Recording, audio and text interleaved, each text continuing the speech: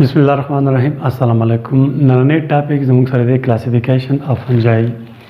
موږ د فنجای په اړه کې په تیر لیکچر کې خبرې کړې دي. نن موږ د فنجای کلاسیفیکیشن کوو، جماعت بندي به کوو. خو دلته دا یاد ساتئ چې د هر شي موږ کلاسیفیکیشن کوو نو بنیاد په وجه به کوو، سبا مخې ته ږدو د هغې په وجه به موږ په ګروپونو کې ږدو.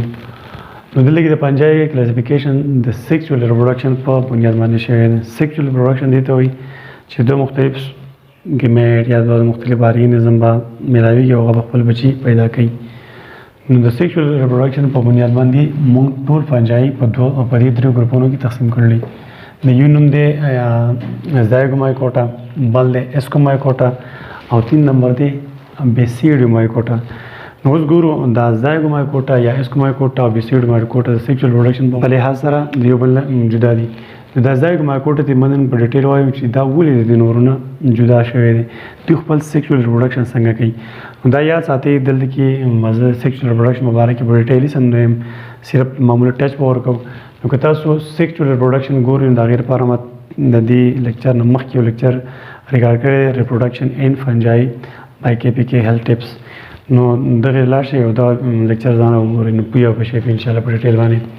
نو زایګومایکوټا زموږ سره دا داسې فنجای ده چې دا به زایګوسپور به جوړوي. څه شی به جوړوي؟ زایګوسپور. نو دې زایګوسپور په لحاظ یا دې په وجه باندې دې فنجای ته موږ زایګومایکوټا وایو. د دې زایګومایکوټا موږ جنرال کریکټریسټیک وایو، عام خصوصیت چې په دې کې داسې خاص خصوصیت څه دي. نو دوی د هیبیټیټ خبره کوو. زایګومایکوټا ټول ټیریسټریل فنجای دي. موږ دا مخکې تاسو ته ویلي دي چې فنجای تقریبا په ایوري انوایرمنټ کې موږ ته میلاوي دي، لکه په وچه کې، په اوبو کې او مطلب میرین واټر کې دا موږ ته میلاوي دي چې کنه. نو د زایګومایکوټا ټول ټیریسټریل مطلب د وچې فنجای دي، دا به په وچه موږ ته میلاویږي. هغه په کوم ځای کې میلاویږي به تاسو کې خیر دلته بیا ویم. د دې د هایپي خبره کوو. هایپي ما تاسو ته ویلي چې واټ از هایپي. هایپي تاسو پیژندلی لکه د فنجای ټوټل جسم ته موږ څه وایو؟ ټوټل جسم ته موږ مایسیلیم وایو. لکه لیټ سپوز دیس از فنجای او دا ټوټل جسم د دې ته موږ مایسیلیم وایو. نو په دې کې د یو تھریډ لای سټرکچر، په دې کې مختلف تھریډ لای سټرکچر راجمع شوي دي، مایسیلیم یې جوړ کړلی. نو د یو تھریډ لای سټرکچر ته موږ وایو هایپي. څه شی؟ هایپي. نو د دې هایپي بیا ما تاسو ته ویلو چې هایپي په دوه قسمه باندې، یو سیپټډ هایپي او یو نان سیپټډ هایپي. نو دوی چې کومه هایپي ده هغه نان سیپټډ ده. نو اوس نان سیپټډ هایپي څه ته وایي ته وګورئ. لکه فرض دا هایپي ما لږه زوم کړه، دا هایپي ده. نو دا نان سیپټډ ده. په دې کې دا نیوکلیس شته خو په دې کې هغه کراس والی داسې کراس وال هغه په دې کې نشته. دا اوس یاد ساتئ. دس از نان سیپټډ هایپي. د هایپي خبره خو د دې وشوه. دې پسې اوس موږ خبره کوو د دې د موډ اف نیوټریشن.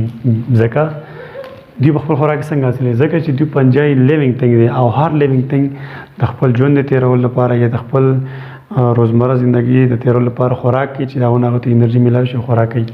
نو فنجای هم لیوینګ تھنګ دوی به خامخا خوراک حاصلوي. نو دوی هیټروټراپ، دوی خپل خوراک په خپل نشي تیارولی ځکه چې په دې کې د کلوروفیل نمبسیس درک نه لګي. نو دوی به خپل خوراک د بل شي نه حاصلوي. لکه دوی د ژوند د تېرولو لپاره په بل شي باندې انحصار کوي، د بل شي نه خوراک حاصلوي. نو دغې ته موږ وایو هیټروټراپس. دا هیټروټراپس بیا دوی ډیفرنټ کېدای شي، پیراسایټ کېدای شي. پیراسایټ مقصد دا دی چې دا به ځي او چېرته په جاندار په ځینې شي به اټیک کوي او دا هغه ځینې څیز نه به خپل خوراک حاصلوي. یا دا سیمبیانټ هم کېدای شي یا سیمبیاټیک. سیمبیانټ یا سیمبیاټیک دې ته وایي لکه فرض کړه دا زموږ سره فنجای ده دا کلیر او دا زموږ سره بل څوک دی، بل لیوینګ ارګانیزم دی. نو د دې فنجای او د دې بل لیوینګ ارګانیزم په منځ کې یو ښه تعلق دی چې په دې تعلق کې به ده هم پای دی فنجای ته او د بل ارګانیزم ته هم به پای دی. دې ته سیمبیاټیک. نو فنجای ایز ا سیمبیانټ هم پاتې کېدای شي، خپل خوراک حاصلوي. او بل دا سیپروفایټیک دی. سیپروفایټیک دا دی چې دا جاندار شی نه ده، جاندار شي دا چې کله مړ شو مرده شو نو دا بعضې فنجای داسې چې دا به د دې مرده شي نه خپل خوراک حاصلوي.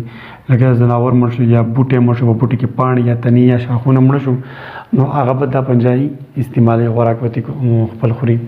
نو دا خبرې شوې زموږ سره د موډ اف نیوټریشن په باره کې. زایګومایکوټا زموږ سره اګزامپل دی رایزوپس سټولینیفر. رایزوپس سټولینیفر یو عام مشهور فنجای دی. لکه تاسو به چېرته روټۍ لیدلې یا ډبل روټۍ یا روټۍ، دا چې څلور پنځه ورځې تاسو داسې کېږدئ نو په هغه باندې چې تور یا داسې شین غوندې شی جوړېږي دغې ته موږ رایزوپس سټولینیفر وایي. دا زموږ یو قسم فنجای ده. د اسکومایکوټا یو مثال دی زموږ سره. د دې علاوه اوس موږ د ریپروډکشن خبره کوم. د ریپروډکشن مقصد دا دی چې دا هم د لیوینګ تھنګ یو کریکټریسټیک دی بچي پیدا کول. څنګه چې خوراک ژوندی شی کې دا خصوصیت داسې به دا بچي پیدا کوي. نو دوی خپل بچي بیا ریپروډکشن په دوه طریقې دی، یو سیکشوال ریپروډکشن دی، یو اسیکشوال ریپروډکشن دی. نو په دې زایګومایکوټا کې دا صلاحیت شته یا بلکې په پنجای کې دا صلاحیت شته چې هغه خپل بچي په دوه طریقو پیدا کړي، په اسیکشوال طریقې هم پیدا کولی شي او په سیکشوال طریقې هم پیدا کولی شي. اسیکشوال طریقه باندې چې دوی کوم خپل بچي پیدا کوي هغه د څه په مدد سره پیدا کوي؟ zygospores. کلیر؟ لکه zygospores دا دی، لکه فرض کړه زموږ سره یو هایپ ده، په دې هایپ باندې زموږ سره دلته کې یو بلب لایک سټرکچر جوړ شي او دې بلب لایک سټرکچر ته موږ سپورینجیا وایو، سپورینجیا. او په دې سپورینجیا کې دنده جوړیږي سپورس. څه جوړیږي؟ سپور جوړیږي. نو دا سپورس چې کله دا پرده دې رپچر شي دې بلب او پخه شي، مطلب دا سپورس دې بار ته راوځي، نو دې ته بیا موږ څه وایو؟ زایګوسپور. نو دا زایګوسپور لاړ شي په بل ځای کې جرمینیټ شي او دغسې بله هایپي ته جوړیږي، بل مایسیلیم ته جوړیږي. نو دیس از تھرو اسیکشوال ریپروډکشن خپل بچي پیدا کوي. داسې اوس په خبره کوو د سیکشوال ریپروډکشن. نو په سیکشوال ریپروډکشن کې دا چلی چې په دې کې به دوه مختلف پنجایي راشي. دوه مختلف پنجایي ته به موږ څه وایو؟ لکه یو ته به موږ وایو پازیټیو سټرین او د بل ته به موږ وایو نیګیټیو سټرین. نو په دې نیګیټیو او پازیټیو سټرین کې به دا یو بل ته رانږدې شي بیکاز اف سم هارمون. دا هارمون چې دلته یو بل ته رانږدې بهر لنډه ختمومه، لکه دا به دوی به سایټوپلازم میلای شي، چې سایټوپلازم میلای شي دې ته موږ پلازموګیمي وایو، پلازموګیمي. او د پلازموګیمي سره د دوی خپل نیوکلس هم دی که نه، دا خپل نیوکلس دی او د خپل نیوکلس دی، نو دا نیوکلس سمدستي میلاو شي، مطلب دلته کې دا میلاو شي. نو دې ته موږ وایو کیریوګیمي. نو کیریوګیمي وشو، پلازموګیمي هم وشو. نو دلته کې دیو دا جوړ کړو زایګوټ. څه شی جوړ کړو؟ زایګوټ. دا زایګوټ به بیا زایګوټ لایک سټرکچر جوړ شو او دا زایګوټ به بیا کنورټ شي. څه شي ته؟ زایګوټ. دا بیا کنورټ شي زایګوسپور ته به کنورټ شي، زایګوسپور. نو زایګوسپور ته به داسې کنورټ شي لکه په دې باندې به داسې هایپه جوړه شي، داسې هایپه. کلیر؟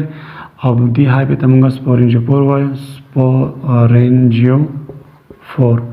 او په دې سپورینجوپور باندې بیا دلته کې یو سیک لایک سټرکچر جوړ شي چې هغه ته موږ وایو سپورینجیا. په دې سپورینجیا کې به دنده سپورز یوز. ټیک ده؟ دغه زایګوټ ټیک ده، دا کنورټ شو دغه ته. په دې باندې هایپر جوړ شو، په دې هایپر بیا دلته بله پلنګ غوندې شی جوړ شو، په هغه کې به سپورز وي.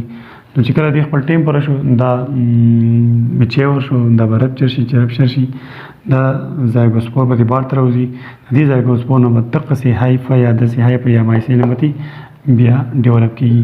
نو دا په دې کې شو سیکشوال ریپروډکشن. نو په دې باندې ما په ډیټیل لیکچر کړی دی، هغه ځان نه وګورئ.